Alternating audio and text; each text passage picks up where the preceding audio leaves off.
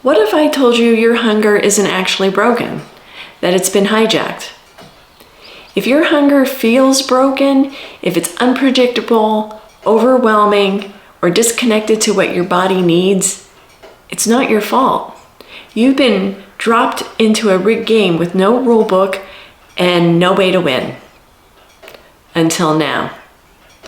Welcome to the real Hunger Games. This video is a roadmap to reclaim your health. I'm Dr. Rose Petrilla, professor, physical therapist, and primal health coach. After 36 years in healthcare and my own journey of losing 90 pounds and reversing prediabetes, I've seen firsthand what it takes to heal your body from the inside first. I was 33 years old in this picture. That was 27 years ago, and my son was 3. And I spent well over 25 years in a state of morbid obesity. And hunger is one of the most understood symptoms out there.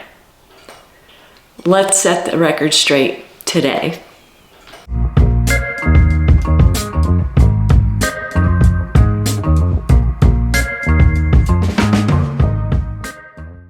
Today, modern hunger is not natural, it's engineered.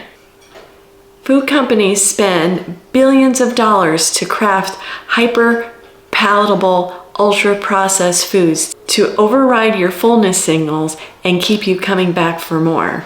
Chips, cereals, and cookies, they don't satisfy our hunger, they just keep us coming back. They hijack it. Meanwhile, your hunger hormones, ghrelin and leptin, get totally out of sync. So if you always feel like you're hungry and never feel full, guess what? It's not willpower. It's a hormonal issue. So meet ghrelin and leptin, your hunger and satiety hormones. Ghrelin is the hunger hormone. It's produced in the stomach. It tells you it's time to eat. Leptin is the satiety hormone. It's made in the fat cells. And what's interesting about leptin and your fat cells, they both can become insulin resistant. So these highly processed, hyperpalatable foods mess with that leptin signal. And then finally, insulin, cortisol, they're the backup singers in this hormonal quartet.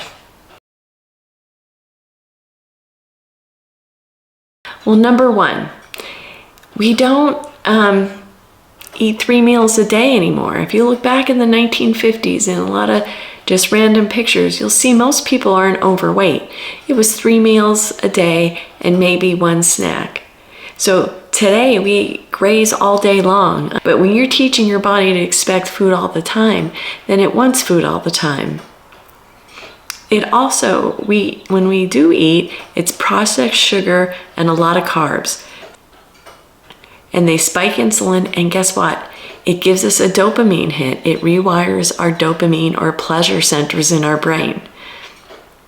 So naturally, our body was made to listen to that dopamine because those dopamine signals gave us pleasure and promoted life.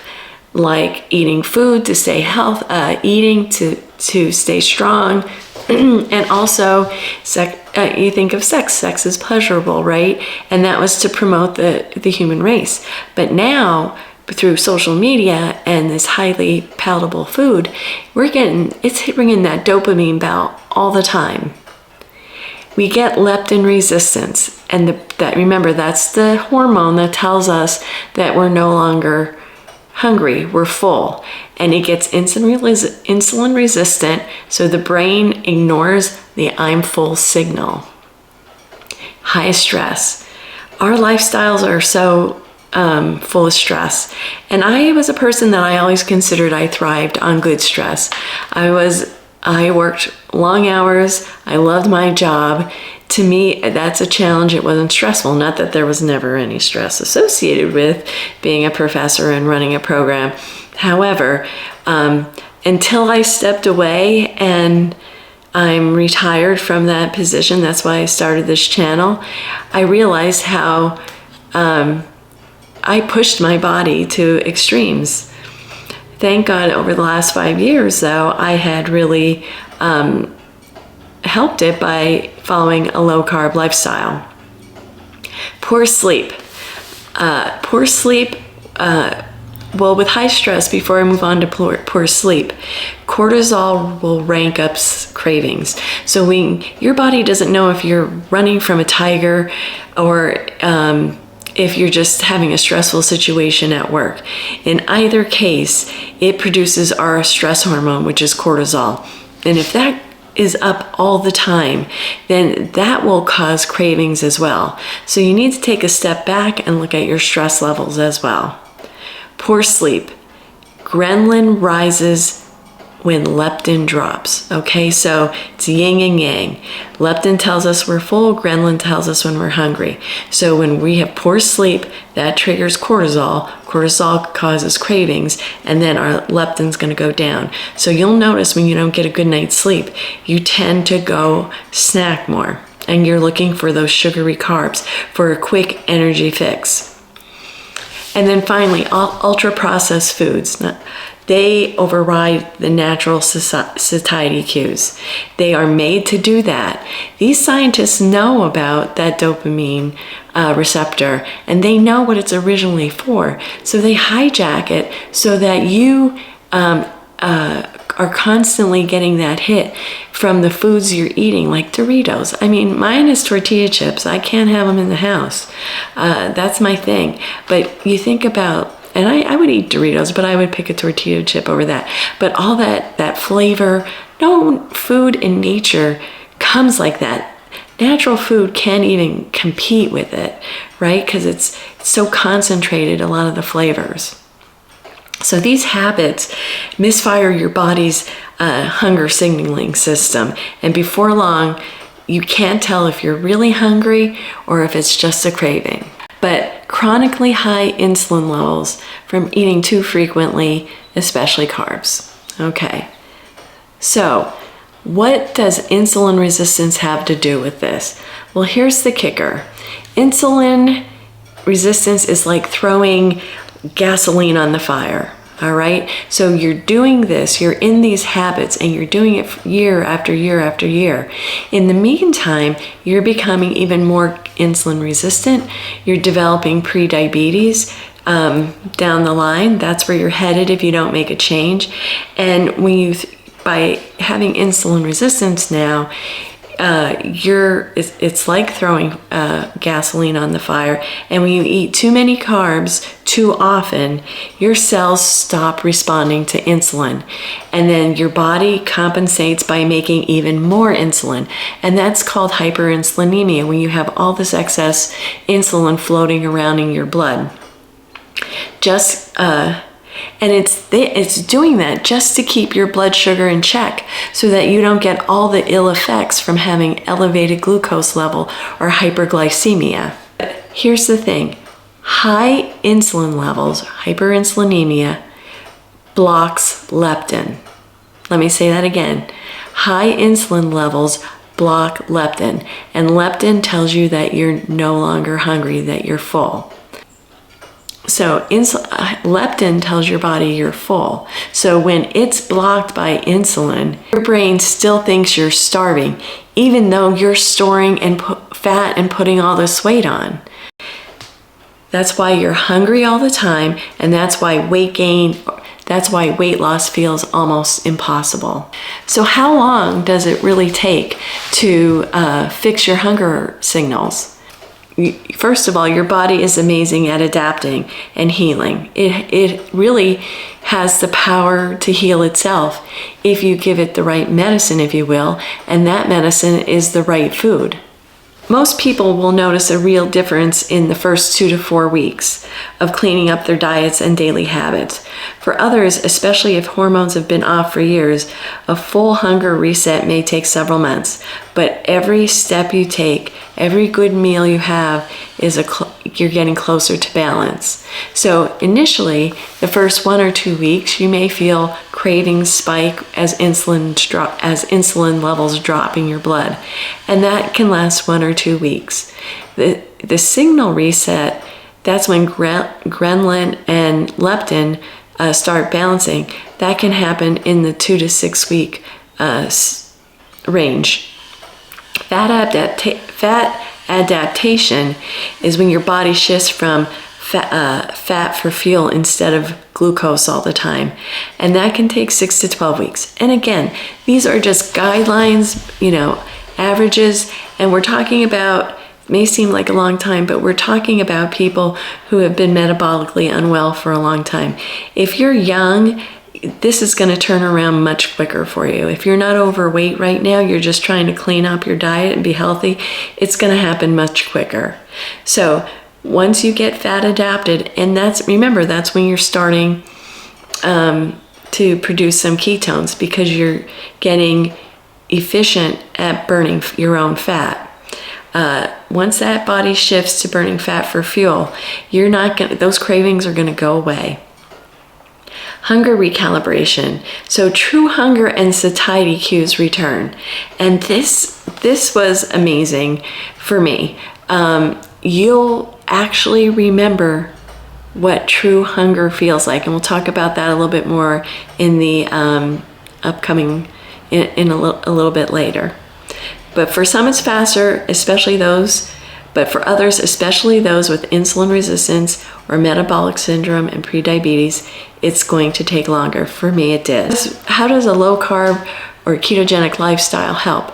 Well, first, you're going to get stable blood sugars.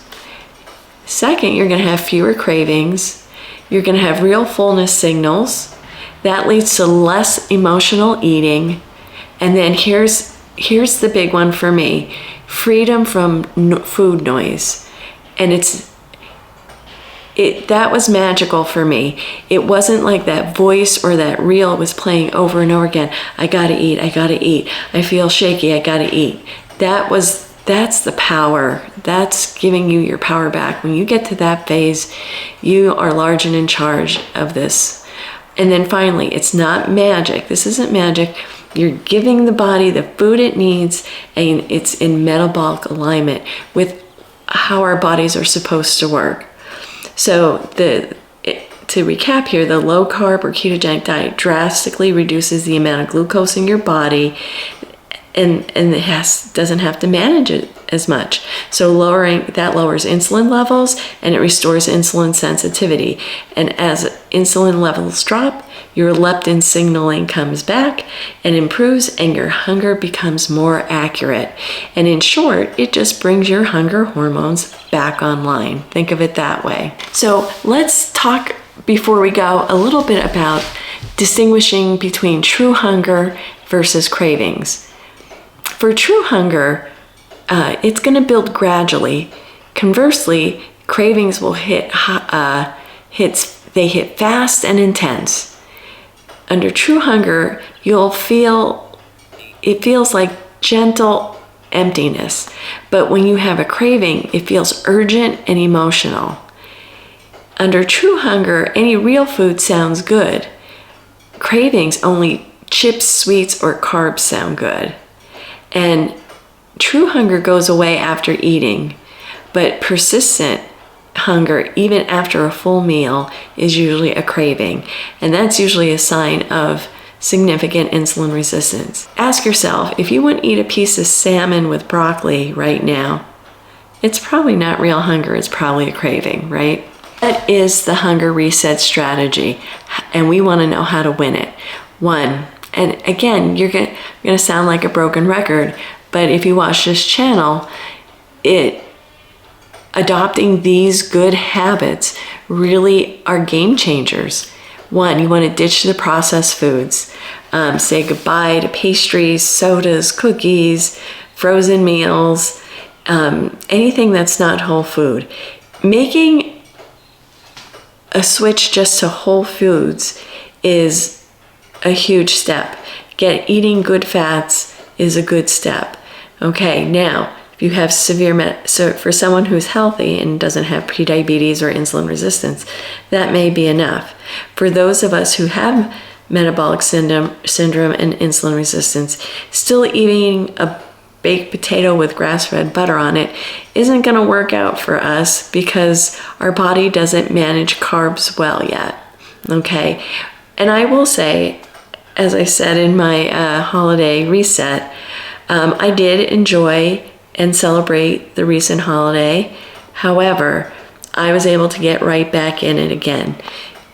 4 or 5 years ago, early in my journey, that could have sent me off on a couple bad weeks or month even. And the longer you kind of fall off that keto wagon, the longer it's going to take you to get back in. So eliminate processed foods and sugar. You want to lower your overall carbohydrate intake. And that's who I'm talking about. People like me, if I go back and eat all those again, I'm going to end up right back where I was. So cut back on the bread, pasta, sweets, pastries, frozen meals. These hijack your brain chemistry and make it harder to stop, okay? And so whole foods don't do that to you. They really don't. You eat and you eat till you're full and you don't have those cravings again. You want to eat real nutrient-dense foods. It's hard to overeat on protein and fat. It really is. So your body craves nutrients, not just calories. So all those highly palatable processed foods are empty of nutrition. You need to stop grazing and snacking. That will come. Okay, right now I want you to, I would say, start off by eating good foods, whole foods, and lowering your carbs. If you want to have another hard-boiled egg in between meals and it's going to keep you from having something that's ultra-processed, then go for it. The getting down to 3 meals a day or 2 meals a day, once you are on a low-carb ketogenic lifestyle, that's the 3 meals a day or 2 meal days. The intermittent fasting is just going to happen organically, very naturally, because your body's going to have what it needs. Eat without distraction. One of the things my brother does, we started the ketogenic diet together. My brother is a recovering addict, and so he has a lot of addictive behaviors. And I always used to tell him when he comes up to visit, sit down and eat. Don't stand at the island and eat, because you're not paying attention. Becoming connected again with your food, preparing it instead of grabbing it off a shelf, really, it's more enjoyable, for sure. So try to eat without distraction. No phone, put the phone away, dopamine hit, right? Try to turn the TV off, eat slowly, mindfully, so your body can hear the signals. Enjoy it with your family. A lot of good things can happen over that table, discussion, and everyone's enjoying the meal as well, and it's a social experience. Manage your, get 7 to 9 hours of sleep. I know that's tough, but if you can prioritize that, it really makes a big difference. So lack of sleep raises ghrelin and lowers leptin. They're yin and yang again. So the sleep hormonal powerhouse, don't skip it. And people, you hear it all the time, but it really makes a difference. Lack of sleep, you'll notice you'll graze all day. Try intermittent fasting when you're ready. Again, it's just going to happen organically. I couldn't even imagine this when I was in this cycle. Also, learn to recognize your true hunger sign. True hunger, again, comes on gradually. It can wait. It doesn't seem urgent. And it is best satisfied with real, nourishing food. And if you're not hungry for steak or eggs, it's probably not true hunger. It's probably just a craving. So why many people can't tell when they're full? A lot of times this is just old good advice about trying to lose weight. You're eating too fast. Your satiety signals really take time to kick in and reach the brain. So slow down, okay? Eating distracted, like we said, watching TV or scrolling on your phone, you're not connected to your food again, and it's going to delay that satiety signal to your brain. And the food noise, constant external messages are telling you to eat, like ads, commercials. So be aware of those. All right.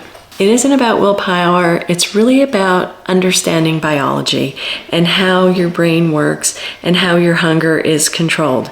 And you need to give your body the food it needs to heal. When you really understand how hunger works, you'll stop fighting yourself. You'll listen to it. You'll be smarter about it. You'll distinguish between a craving and a hunger. So if you have a craving, pull a I love hard-boiled eggs, but pull a hard-boiled egg out and you're like, yeah, I don't really want this.